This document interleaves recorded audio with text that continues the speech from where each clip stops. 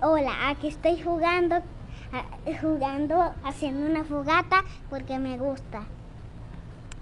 Hola, porque yo soy un niño muy creativo. La última vez que hice una fogata, le quemé un árbol a la vecina. Pero no importa, porque a mí me gusta experimentar. Yo cuando esté más grande, iré a los bosques a cazar venado. Bueno, les dejo. Yo les bendiga, vamos.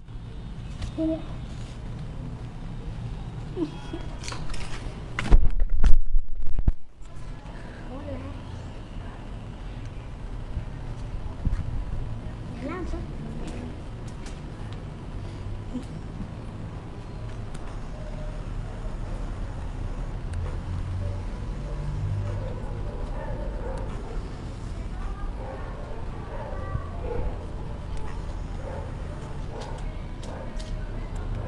Bueno, voy a hacer un arroz aguado con gallina.